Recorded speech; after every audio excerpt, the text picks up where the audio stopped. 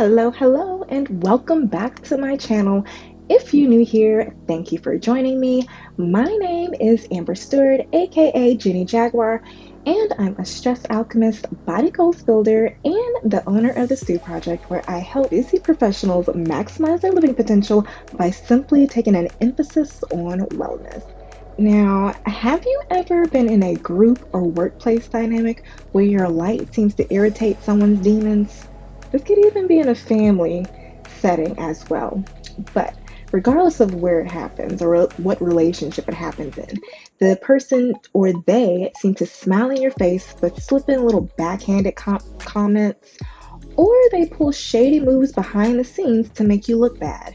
And when you notice, suddenly you're the problem.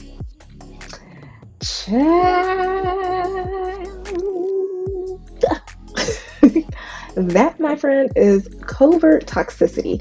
And in today's video, I'm going to show you how to take your power back without even lifting a finger. So let's paint a picture. You say you're part of a team or a social committee, and there's that one person who loves to throw rocks and hide their hands. They never take accountability, but somehow they always have a way of inserting chaos right into your path. Now, you can feel it in your gut. Your spirit is saying, this ain't no accident. This was intentional. And whether they're trying to sabotage you or just dim your shine out of jealousy, the goal is always the same. They want to pull down your energetic frequency. And here's a pattern that I've seen to notice in these kinds of toxic dynamics. First, they exploit you. They'll take your help, your time, your advice. They want to get to know you, let your guard down. Then they minimize you. They don't give you a thank you or acknowledgement or anything when you do good or you help them out. Finally, they may project onto you suddenly you're the one not carrying your weight when you're actually the one who's been doing the most. Or you're the one causing all the workplace or family drama when they are the ones spreading the rumors and gossiping. Unfortunately, that's how covert toxic coworkers or family members operate. And the wild part, they only do it to people whose lights they recognize but can't replicate. And this is where we start to take our power back, because power isn't about control over others. It's about control over your energy. And so let's talk about the breadcrumb cycle, because another pattern I see all the time is what I call toxic breadcrumbs. And this is when a coworker, friend, or family member will do something shady. Maybe they lie to you, talk behind your back, or throw you under the bus about something. But then right after, they'll sprinkle a small nice gesture. Oh, hey, I made you breakfast this morning. Oh, I did the opening procedure for you. Don't worry about it. Or maybe it's coffee for the team, or they say something sweet in passing. And they do this because it keeps you second guessing yourself. You may question your gut feelings by saying things like, well, maybe they didn't mean it, or maybe I'm being too harsh because look, they helped me today. They meant that shit. Okay? A breadcrumb of kindness does not erase a pattern of disrespect.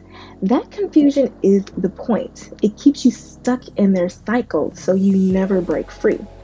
And so taking your power back means you stop measuring relationships by crumbs and start measuring by consistency. Respect isn't about a one-off gesture. It's about the whole pattern of how someone shows up. But here's the thing. You don't have to get caught in their cycle. Nay, you don't have to clap back, over-explain, or waste your energy trying to expose them. Why? Because one of the most powerful truths in existence is the law of conservation of energy. And that basically says that energy can't be created or destroyed, but it can be transferred or transmuted. So taking your power back means choosing how you respond to that energy that's being thrown at you. Because when someone sends you the evil eye or the spirit of envy or jealousy consumes them, what they're really doing is sending you their energy. And so most people either take it in, they let it weigh them down, or try to fight it head on, which only drains you more. So you have less energy. So even if you absorb it unconsciously, it will still drain you. But when you flip it, you can use that very energy as fuel. So instead of asking, why me? Say, thank you for that free energy boost. Because at that point, you're no longer the target, you're the alchemist. You've taken lead and turned it into gold. And here's the thing, when you successfully transmute that energy, you don't just neutralize it, you multiply the positive flow and blessings back to yourself. And that other party, if they don't change their vibration, they will stay stuck in that same energy that they dish out. Think of it like that Justin Timberlake song. What goes around, goes around, comes all the way back around. Oh, okay. So here are 3 steps to transmute your energy and take your power back.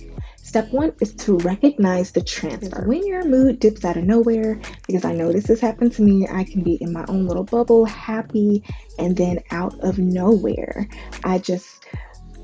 my mind just shifts to a certain situation or argument that I had with somebody, and I keep doing the argument. You know, when you just argue in your head, like, well, if you wouldn't have done this, then maybe I wouldn't. I wish you would come up in here and say, I will say no. I will say no. We all do it. We all have these conversations in our head. If not, then, you're not my type of weird.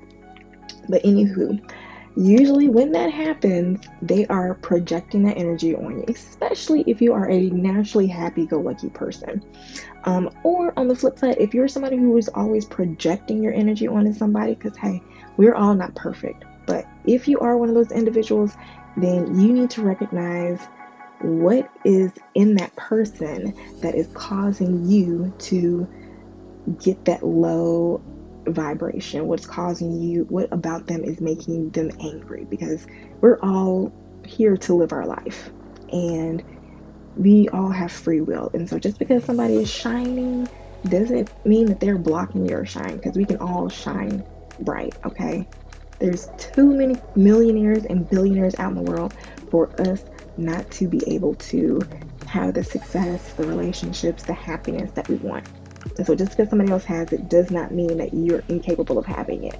One of the affirmations that I say to myself when I see somebody else get what I want, because that's also a test. Usually when you see somebody have what you want, that's a test to see whether you're really ready for it or not. But an affirmation that I usually say when I go through that is, what God can do for others, He can do for me or more.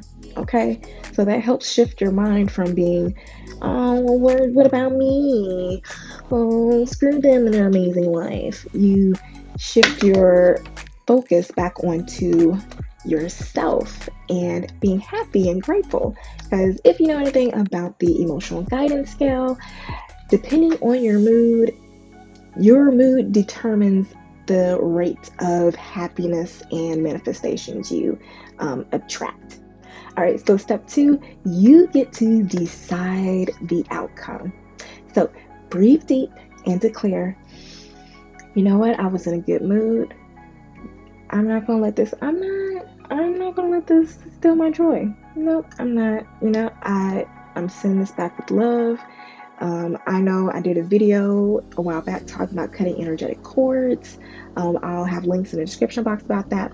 But you can visualize yourself cutting those energetic cords and sending it back to them with love. And that intention alone flips the script. And if you try it, because I know this happens for me, the minute that I make that shift mentally, I go from absorbing that energy. Because if somebody does something shady or they do something that's jealousy or little what?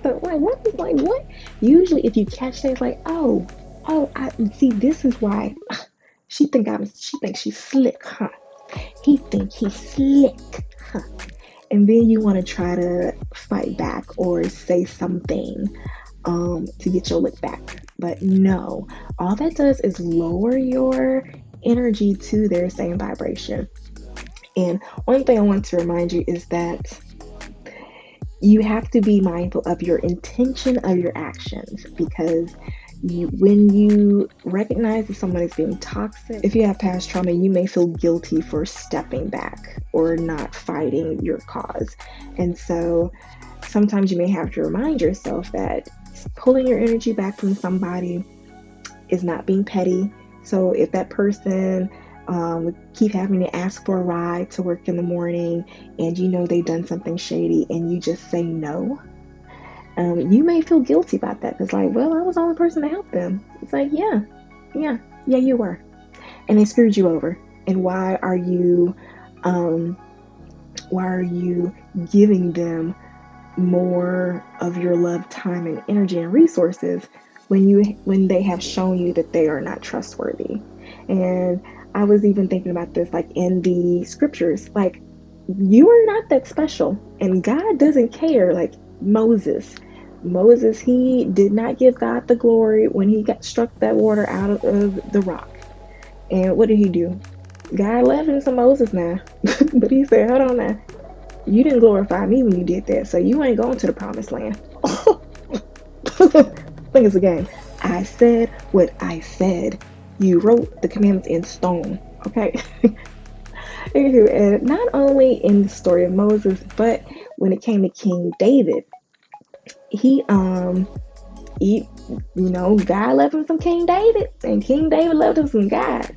But when he killed Bathsheba's husband to take her as his wife, God said, nay, nay, not my kids. I'm gonna curse your family, okay? And David had some badass kids, I'm not gonna lie. And he could have avoided that and the downfall of his nation if he would have just did what he had to do. So, you decide the outcome, okay? It's all about choice and free will. Now, the third and final step is to channel it into something positive. Move your body, create something, or do something that brings you peace. Their energy becomes the fuel for your happiness. And I can attest to this because many times the minute that I learn to cut those cords and I no longer feel anger or that same, like the revenge, like I want to get revenge, I want my lick back. Can't believe this bitch did this.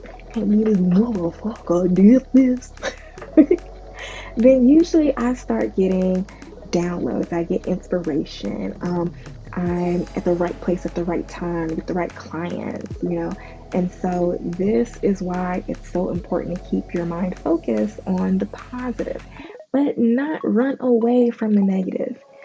With this 3-step process, you are addressing the problem. You're becoming aware of the problem.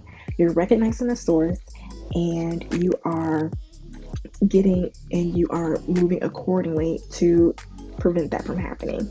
And that's the same thing as my 4-step stress alchemy framework. Step 1, get your mind right. Okay, let me recognize what's going on. Is this my energy? No. Step 2, drop the baggage, cut those cords, leave them where they are. You don't have to carry their burdens. They can fight with themselves. You're not fighting with them. Step 3, build your FABS foundation. What are you going to do now to disengage or to stop them from projecting their jealousy or hatred, or protect yourself from them trying to dim your light? Okay?